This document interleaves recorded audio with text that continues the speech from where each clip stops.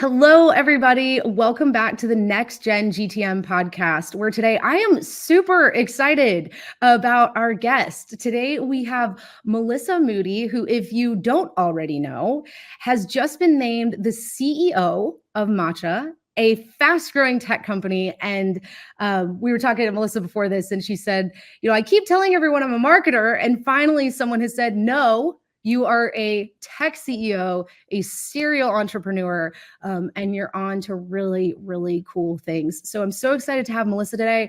We have a bunch of fun topics for everybody, including one that I personally am really, really passionate about. And it's just this idea of technology in service of people. And I think Melissa, once we start to hear her story, you guys will understand why these guys are so well positioned to really define this space. So Melissa, welcome. And thank you so much for coming on the podcast. Thanks. I'm really excited to be here. I think you and I have so much overlap. I can't wait to see where the conversation goes. Absolutely. So get us caught up, Melissa, right? This news is relatively fresh, right? You've been in the States for a while, but I think the announcement went out, a couple last week, depending on when we hear this, maybe a couple weeks, but it's obviously new. Tell us a little bit more about Matcha and you and what you're thinking as you're stepping into this new role.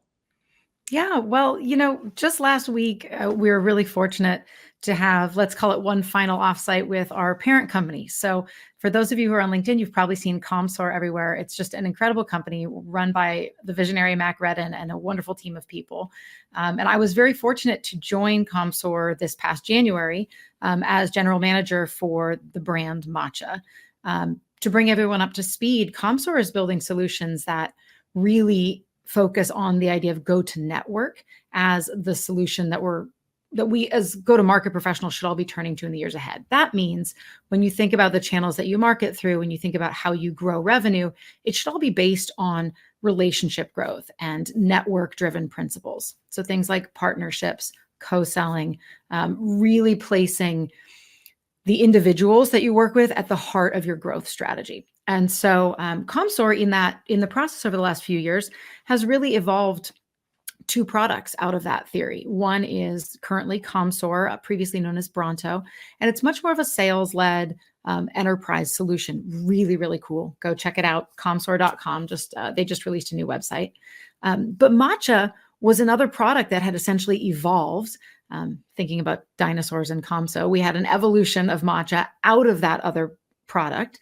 And Matcha is really designed for the individual who is also in this mindset. So if you are a professional who is building your business and even building your own career through a relationship-driven way, there are products that are going to be built by Matcha that are really focused on you. So I came on board in January to run Matcha. And about 4 to 5 months later, Mac and I decided the right move was actually to split the companies out so that we have very clearly different sales motions. We have very clearly different ICPs, very different incentives in what we're building. So we're going to continue to be absolutely close sister companies. Like I mentioned, the offsite last week was wonderful to all come together, but very excited, especially on the heels of that offsite, because we're building solutions for professionals who really place human relationships at the basis of everything they do. Lots coming. Don't need to go too deep into the product itself, but really humbled and excited to be CEO at this point. I have an incredible head of product, Colzer, who has just been building with ComSoar for a long time, and he's magnificent at what he does. And a really, really small, scrappy, visionary team. And we should be doing really neat things in the weeks and months ahead. So I'm very excited to be here. Thanks for having me. And yes, as you mentioned, I will always think of myself as a marketer. I've been about 20 years in marketing, and it's hard to shake that. So. Well, that makes us also all the more similar, right? So I think, but it's fun, right? Once you've gotten the chance to see the power of great brand building, the power of that relationship, it's fun. You're like, I'm a marketer forever at that point, I think. And with your background, you've obviously seen that. So I want to poke at something you mentioned, when you were telling us through the evolution of the companies that you serve and lead. You talked about the fact that a lot is happening right now. And the way folks are interacting is still relatively new, right? We talk to a lot of people all the time. They're like, hey, remote is like 2 years old, guys. Like this is, my 2-year-old knows how to do pretty much nothing. So, we're at a very interesting time, right? Where the way people are forming relationships is obviously still getting figured out. And then the way that technology is shifting and adjusting is completely getting shaken up. And you mentioned that that's kind of been almost the impetus for what you guys are doing. So can you speak a little bit more about the challenges that you're seeing people facing and the challenges that you guys kind of set out to start to address? Yeah, when I think about kind of the fundamental challenges that we are addressing as Matcha, but honestly, that I'm experiencing myself in how we go to market and how we create products that have a space in this really, really busy world. Even in the company that I worked for before at Gated, a lot of it was built on this idea that we are at a point in time in which at first things were very exciting and new, and we wanted more and more and more and more. At my previous company, this is in the world of email. So you thought about how more tools to send more emails with more personalization. It all felt really good, right? And you can express that to a lot of different channels. More content for more SEO, for more answers through search. It all felt really good and positive. But I would posit in the last few years, we have started to feel the toxicity of over-teching everything. Even, AI, right? Using it in really interesting ways in the correct service of what we're trying to do as humans works really well. But we're starting to look around and go, oh my God, it's used terribly and way too much in different places. So I could probably have about 5 different examples of this. But I think fundamentally what I'm coming to is the idea that there's always a tipping point for which something in many cases here, a certain type of technology becomes too much. In the case of Matcha, if you think about professional development and people trying to reach their goals and networking and connecting with other humans, you might think of LinkedIn. And if we think of LinkedIn today, what comes to mind often is an absolutely overwhelming feed of information and horrifically messy direct mail inboxes, right? We went from, oh, this is great, I'm connecting with people I really know, to I have 10,000 connections and I don't know a damn one of them. Is that really connection? Is that really helping you reach your work goals? I would say no. Now, to be very clear, if you are someone who is monetizing your audience followership and you're getting brand partnerships, absolutely, that can work for you, right? You're building an audience on LinkedIn. I'm speaking to the rest of the people who are on LinkedIn who really have business goals and personal goals. They're not monetizing their audience. They're really trying to achieve business goals. I would say that right now, LinkedIn does not serve them. There is not a professional platform that lets them connect with other relevant professionals in a focused and productive way. LinkedIn is frankly a hot mess of content flowing at you nonstop and messages from people that may or may not have any relevance to what you're doing. And so I only bring that up as one example of many where we had something good, it was working, and then I don't say this lightly, we broke it. In a lot of places, I will say honestly, marketers broke channels. Marketers have broken email. Marketers have broken LinkedIn in a lot of ways. Yes, it does still work in some ways. Yes, email does still work. But we've turned it into places where people are, frankly, turning off and walking away because it's too much and it's being kind of bastardized. That leads me all, this is my giant soapbox rant, which leads me all to say, in order to survive and thrive in this world, we have to return to some fundamentals. And what we're doing at Matcha is going back to the fundamental of a one-on-one meeting with someone who is jointly related to you in terms of your interests or what you're looking to do can be a huge springboard to professional growth. You might meet with someone that you're just connecting with because we're both marketers, and it leads to a co-marketing partnership that springboards both of your businesses. You might connect with someone who you've worked with 3 years ago and you're catching up on things, and it leads to a new job. Those fundamental human relationships are so, so powerful. And having 5,000, 10,000, 30,000 connections on LinkedIn is not it. So we're building a lot of solutions that return to this idea of how do we use technology to better serve those really powerful human connections that really drive business and really drive professional success. That was a good rant. Ta-da. Oh, we love good rants. No, it's funny. It's very funny, obviously. So, we build technology to help people have one-to-one meetings, group meetings, face-to-face meetings. And so much of what you say resonates because it's very fine line, right? Mhm. Like I think it comes back down to I thought you tapped in on a few really cool things. One, too much of a good thing intrinsically becomes a bad thing.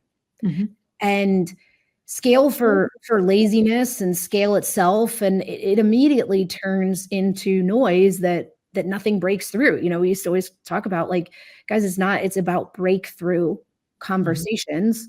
Um, you know, saying something at a voice level in a stadium full of people screaming at a football game does nothing, right? Mm-mm. You gotta scream louder and louder and louder, or you Mhm. gotta stop going to the football game and, Mhm. find a coffee shop.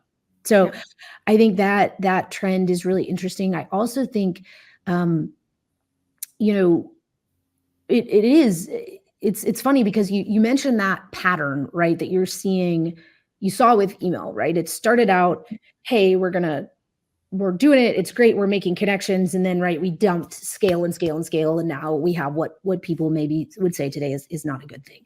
Mhm. I find it fascinating because I actually see that same thing happening in AI, but I think it happened in days, not Mhm. months or years, right? And it was so interesting being an AI builder for we call it like pre OpenAI and post OpenAI, because um, it's the same thing we see, right? Is you're just, if you've decided that the lazy, fast, scaled way to do this is the way to do this, Mhm. you, there's enough data in the world, look at the other platforms, you know what you're going to get, versus it's really hard. It's harder to go in and try to create that dance of Yeah. a truly meaningful connection in a way that felt right, where the technology is amplifying the humans. It's a good bit harder, right? And Yeah. it's less scaled and it takes more time and it takes more diligence. Mhm. How do you think about, right? Because being a marketer, right? I'm Mhm. sure there's some listening to us and they're like, it's great to give someone something on a silver platter, but if you don't do it at scale, you're never going to win, right? There's also this bias of like, I love what you're saying, but I don't see how I can hit my KPIs and hit my reach and hit all those goals. Mhm. How do you kind of navigate that tension of like, maybe it's not 10,000, hi, quick question, I noticed you breathe oxygen, to, right, here's a one-to-one silver plate. Like, where's the middle for you in that? Well, I spent many, many years, almost 14 years at Google. And when I first started there, we had a phrase, and it was the phrase that everybody would say was focus on the user and all else will follow. I will honestly say I heard that a little bit less in the later days at Google, but I still stand by that phrase incredibly strongly. I think as a marketer specifically, if you are building a product to the user, you will guarantee yourself that it will find scale because you're going to be solving a user need. And any great product is going to be based in a need, right? I think we've all heard the difference between the vitamin and the painkiller. There are different types of need. Ideally, you want to have a painkiller, something that people can't live without. Vitamin products are great as well. But if you want to get really close to the customer need, a painkiller is where you go. That's true of products. So I think when in doubt, you could spin your wheels building something that's fine, nice to have. But if you're building something that people want and need, you're going to be setting yourself up for success. When that comes to marketing, I think there's a really interesting nuance here. And this is what I have done at the last few companies I've been at, which is you're not only telling people what it can do for them. This is my secret sauce. You are setting up that user as the hero. They need to be the person who is actually feeling like they are essentially your marketing channel because they love it so much and because they feel better for simply using your product. In some cases, you might even make them feel better just for being around your product, being a follower of the brand.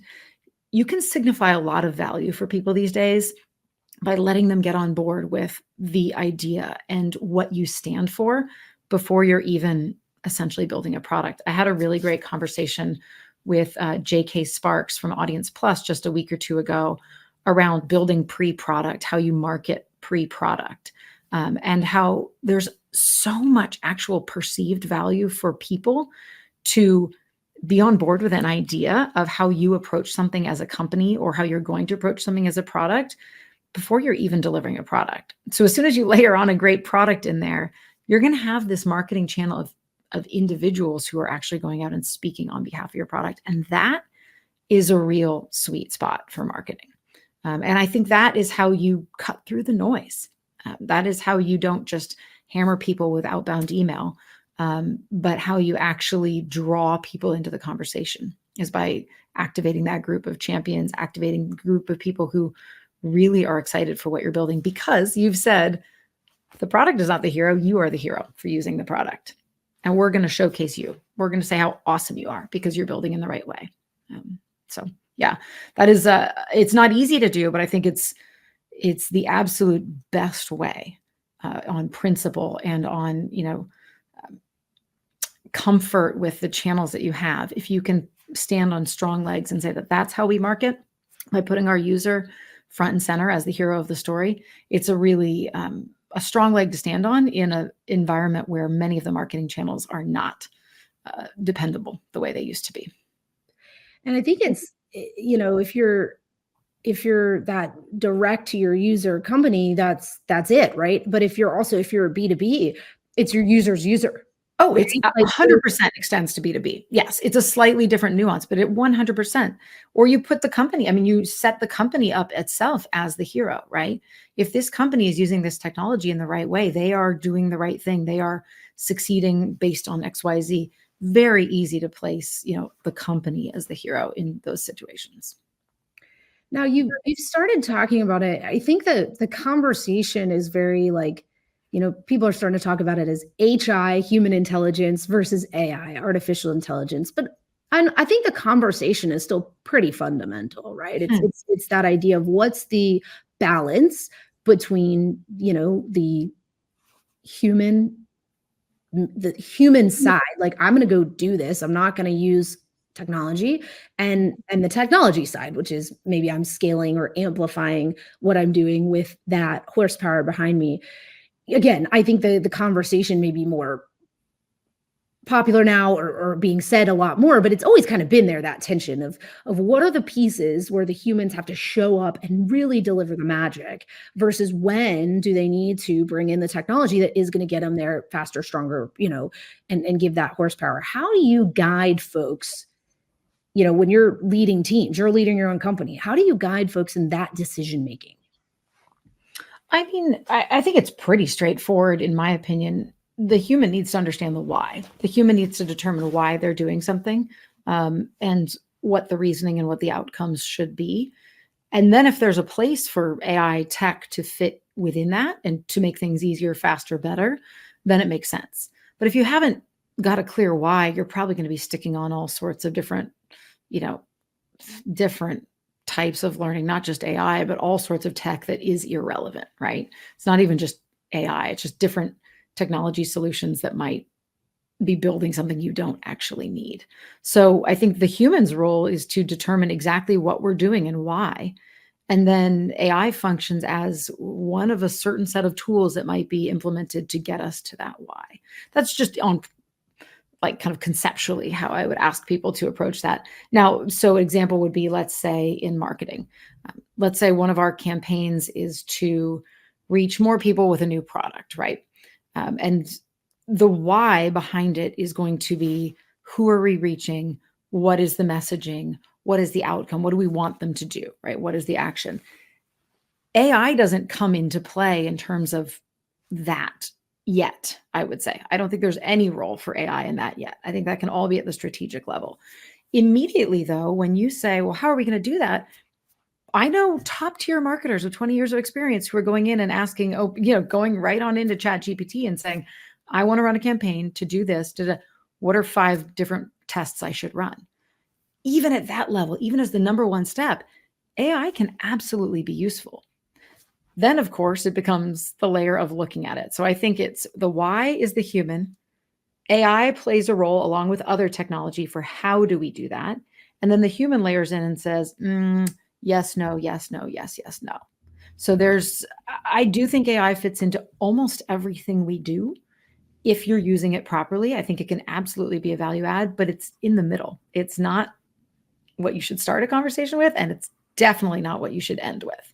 In a product, you need to be checking your work. In marketing, you need to be actually putting a human voice on it to make sure that AI did the job that it's supposed to do. So yeah, slot it into the middle and have some great humans on either end of it. Yeah, I mean, it's funny, right? Because I think you're defining, when you explain the roles, you're defining what it's like to manage someone, right? You're defining good, did you set clear context? Did you have a clear plan? Did you assess the work that was done and decide if it could have been made better with this scenario or with another scenario? And so, again, I tend to, when people say like, oh, how do I go use AI, or how do I go bring this in? It's like, be ready to flex your ability to manage. Because I do think, the world of the future is going to be, you're going to be managing people, you're going to be managing tools. And the way you manage tools isn't going to be, click this button and type this in. It's going to be, did I really have the right concept of the process that I wanted to execute? And was I able to say, yeah, this is what I thought it was, but I looked at the results, and it's not what I want. So now we got to go iterate. But the cool thing, I think, is you can get into that pattern of guidance, ituration, and you could do that now much more rapidly than you could, years ago. So one of my very favorite peer marketers, Russ Summers, he's got a set of 4 AI assistants, he calls them, and he calls it his team. I mean, it's his team, and he uses them for different purposes. He has like Content Carly and Demand Gen Dave. I don't know. He's actually given them names, and it's kind of a joke at this point. However, that's exactly right. He's essentially managing them to get more work done as a team. 100%.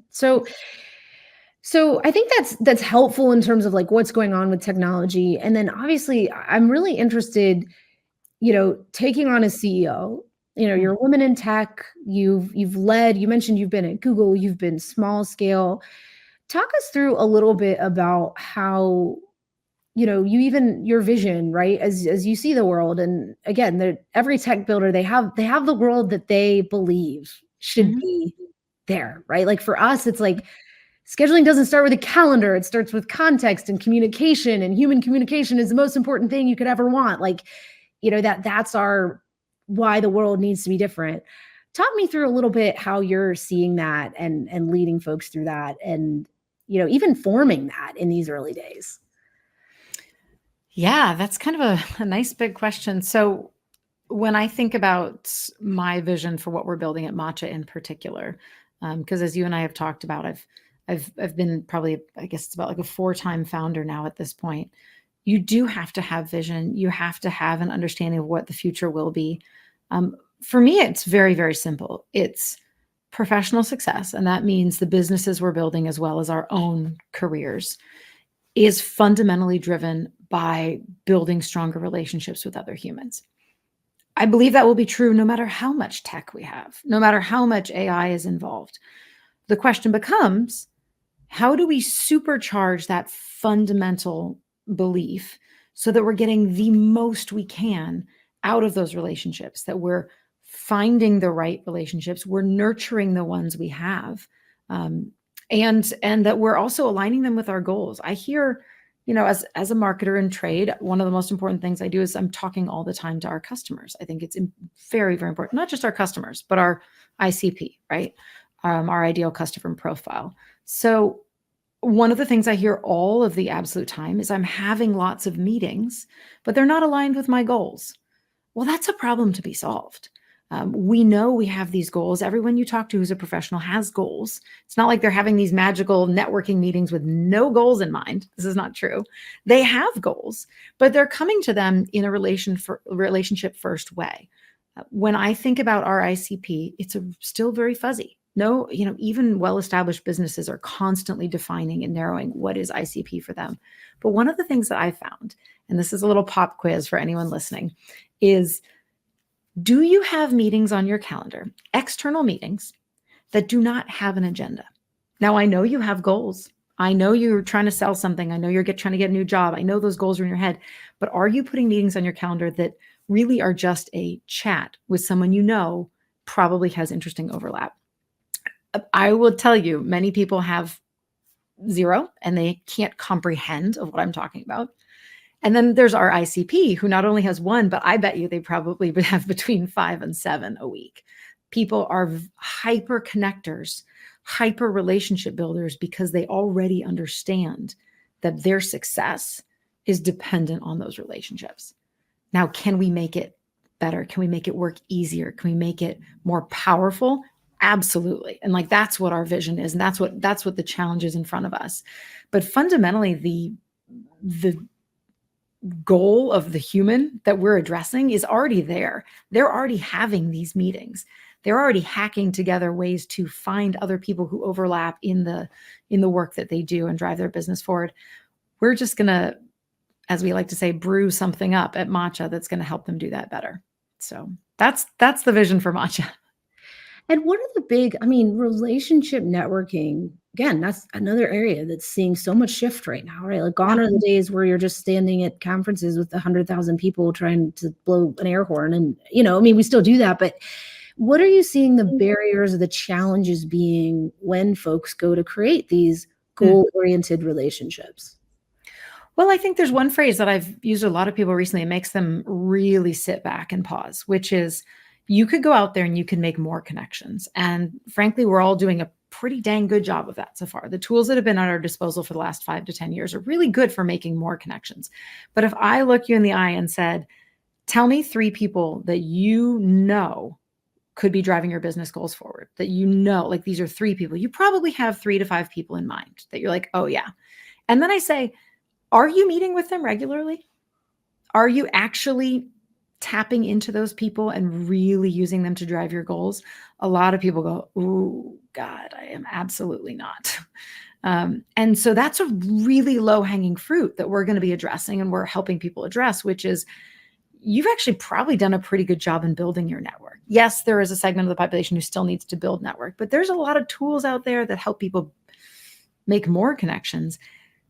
Can you take the ones that you've got and really, really help them drive your goals home? That's like, low hanging fruit for a problem that needs to be solved. And what dig into the barrier there, right? Is it, because I think sometimes folks are afraid to make the ask. It wouldn't occur to people that people in their universe would want to help them, right? Maybe it's that, or maybe it's that they're not able to really synthesize, like, how do those kind of, they're like me, but they're not like me. And how does it all line up? Like, what do you see the biggest barriers being even at that next step? Is it the ask? Is it understanding the overlap? We've heard a lot about the ask. Wonderful co-founder of Wednesday Women with me, Leslie Greenwood. She always talks about the give and the get, being able to come to conversations with something you want to give and something that you do need to get. A lot of us don't. A lot of people come as helpers to give, but they don't think about what the get is. So being understanding of what an ask might be and being comfortable in asking that is one thing. I'm going to not lie. It comes down to one big thing. It's time and bandwidth. If you talk to any professional today, they are running too fast to slow down. And any B2B marketer is going to know this, right? Like, you try to sell them a product that takes a little bit of time to learn, a little bit of time to onboard. Ooh, that is a barrier. So a lot of this is down to time and also prioritization of time. Again, there is a real place for LinkedIn. I think it's a wonderful platform. But if I said you have an hour per day to post on comments and post things on LinkedIn, or to do 2 30-minute meetings with people who could move the needle for you, I'm going to bet that you understand there's a lot more value in those 2 30-minute meetings than there is in kind of engaging on different social posts and trying to get your name out in this kind of busy area. Like you said, the microphone in the arena full of folks. So I would say it's time, in that we don't have a lot of time and we're all doing a lot. So it's hard to find the time to do that, to invest. And the second is just essentially a prioritization of time, sometimes based on like dopamine hits. It's really fun to feel like you're doing a lot and you're out there and you're going. You're doing all the things and everybody can see you. But it's really probably more valuable for you to identify your goals, set meetings that match those goals, and drive them home with good relationships, right? And so it is a little bit of a challenge. I'm very excited for that challenge to help convince people obviously through messaging, but also through in-product changes, of spending time on the right thing versus spending the time on the thing that maybe feels good. And it's tricky. Social media in particular is very addictive. And so giving people the freedom to feel better because they did something driven to their business goals versus just more time on social media, which frankly, let's be honest, a lot of it is just social media time. It's not really, really driving your business forward. Granted, I know some people are out there for brand awareness on LinkedIn or brand partnerships, and that is valid. But there's also a lot of wasted time on there. It's interesting, right? It's you talked about so many things. Like you talked about speeding up to go slow, meaning like get to going slow faster. And it's so interesting, right? Because people they get these dopamine hits for more and more and more, and it feels good. It hits your checklist. It moves your, and think about how we measure our pipelines, right? Like absolutely, the metrics. Because it's a human thing, right? It's not that people are just necessarily gluttonous, but you can see and feel that, right? Some of these intangibles of relationships are harder to see and feel. They don't make you, they don't allay some of those fears and stressors, right? If I know, I talked to 1,000 people, maybe it was good, maybe it was bad, but at least I had that, right? So it's really interesting to say, but let's go deeper and be intentional. And, we see the same thing, right? We see people being like, I need more time proposals for meetings, more leads, more this. And I'm like, hey, how are you guys doing with your rescheduling? And they're like, oh yeah, I don't even know if we're doing that. Like what? Right. It's so funny, right? Because those things, like you've already talked to this person, you've already gotten them to respond, you've already spent time with them. All you have to do is move it to next Thursday. Yeah. And, but it's funny because we say that and we laugh, but there's something to that, right? There's something about we're pursuing these dopamine hits of more, and maybe we're not following through to the place of authentic connection, right? Which you kind of listed those steps out again, which I thought was great, which was, are you lining up the meetings to the growth goals and then creating real relationships around those meetings? Like that was a really cool way of redefining it. Yeah, I always say too, I mean, you'll feel this with our marketing over the next few weeks and months, but nobody is out there giving a high five to the people who are investing in relationships right now.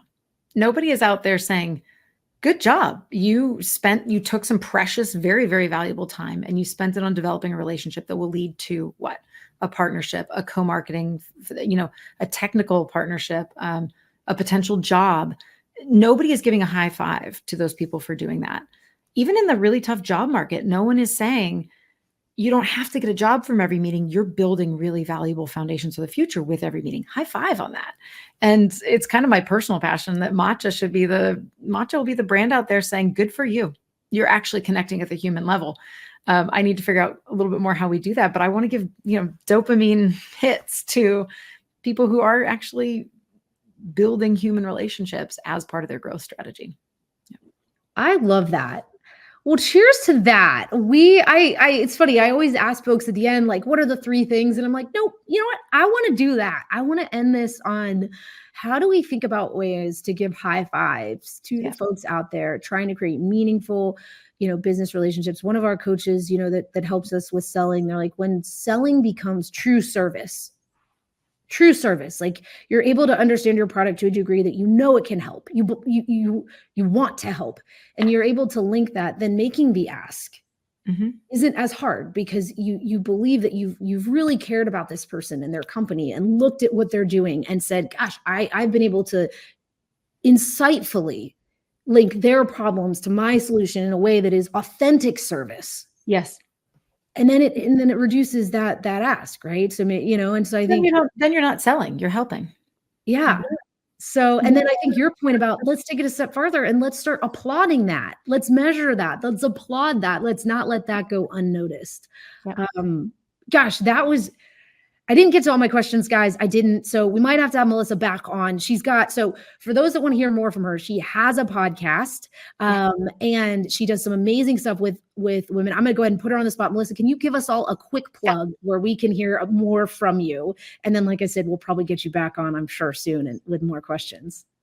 Yeah, my podcast is called Two Pizza Marketing, and it is for small team marketers. So there's a Jeff Bezos quote around, the most agile and effective teams are ones that need less than 2 pizzas for the meeting. And so Two Pizza Marketing is in season 4, and we have very candid, very much just like this, candid conversations about what it's like to market when you're on a team of, let's say less than 7 or 5 marketers.